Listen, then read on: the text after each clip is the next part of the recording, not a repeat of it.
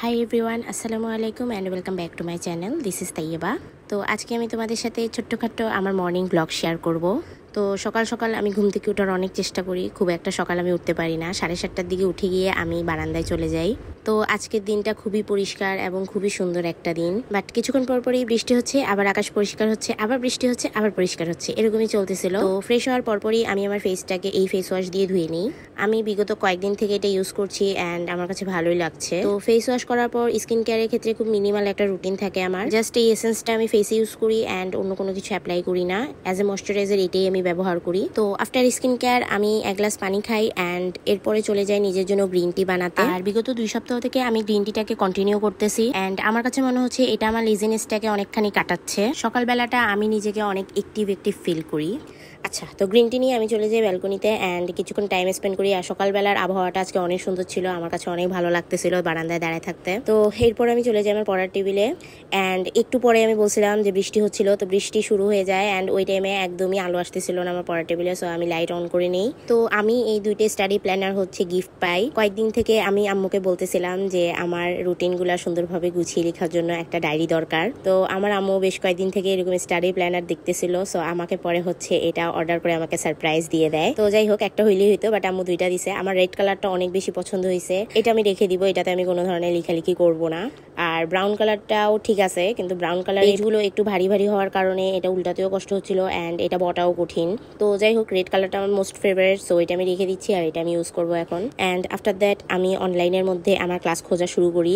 আজকে আমার নেট এতটা ডিস্টার্ব করতেছিল যে আমাকে বারবার লগ আউট করে দিতেছিল। সো ওইটা নিয়ে একটা বড় ঝামেলা গেছে। স্বাভাবিকভাবে আমি সকালের স্টাডি সেশনটাকে 2টা সেগমেন্টে ভাগ করে রাখি। একটা হচ্ছে ব্রেকফাস্টের আগে আর একটা হচ্ছে ব্রেকফাস্টের পরে। তো ব্রেকফাস্টের আগে যে সেশনটা থাকে ওইটা খুবই স্বল্প সময় থাকে আর পরের সেশনটা অনেক বড় সময় থাকে। সো স্বাভাবিকভাবে প্রথম সেশনে খুব একটা পড়ালেখা হয় না, দ্বিতীয় সেশনে খুব ভালোভাবে সবকিছু কভার করা যায়। বাট আজকে যেহেতু বললাম যে নেট ডিস্টার্ব করতেছিল, সেহেতু আমার প্রথম সেশনে কোনো পড়ালেখাই হয় নাই। আমি শুধু লগ ইন করতেছিলাম অ্যান্ড আফটার সাম টাইমস আমাকে লগ আউট করে দিচ্ছিল। So this is the reason আমি আজকে ক্লাস একদমই ঠিকভাবে করতে পারি নাই। তো ওনারা নোটিশ বোর্ডে একটা ইম্পর্টেন্ট নোটিশ দিছিলেন, যেটা আমি অনেকদিন থেকে ফালায় রাখছিলাম, পড়ি নাই। সো ভাবলাম এইটুকু সময়ের মধ্যে কেননা ওইটাই করে নেওয়া যাক।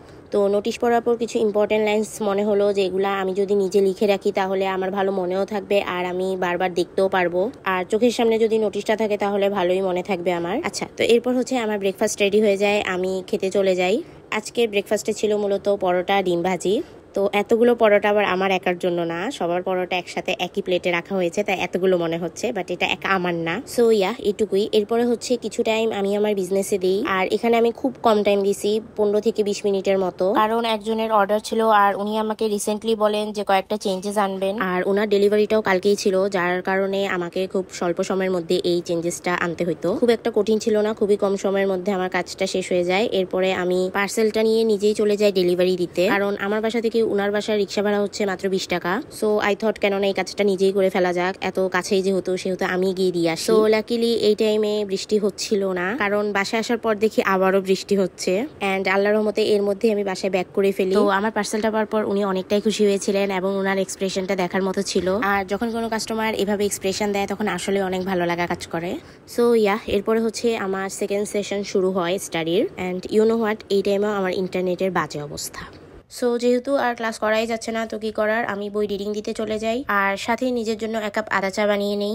এই কয়েকদিন থেকে আমার প্রচুর গলা ব্যথা করতেছে, তাই ভাবলাম নর্মাল চা না খেয়ে আদা চাটাই খাই। সচরাচর আমি নর্মাল চা খাই, অর্থাৎ রং চা বা দুধ চা যেটাই বলো না কেন সেটাই খাই, কিন্তু এখন আদা চাই খেতে হচ্ছে আর এটার কারণেই আমার গলাটা দিয়ে একটু আওয়াজ বের হচ্ছে, নাইলে তো একদমই কথা বলাই যাচ্ছিল না। So this is it for this video. ইনশাল্লাহ এরপরে একটু ভালো প্রোডাক্টিভ টাইপের ভিডিও দেওয়ার ট্রাই করব। So till then, stay tuned. Allah Hafiz.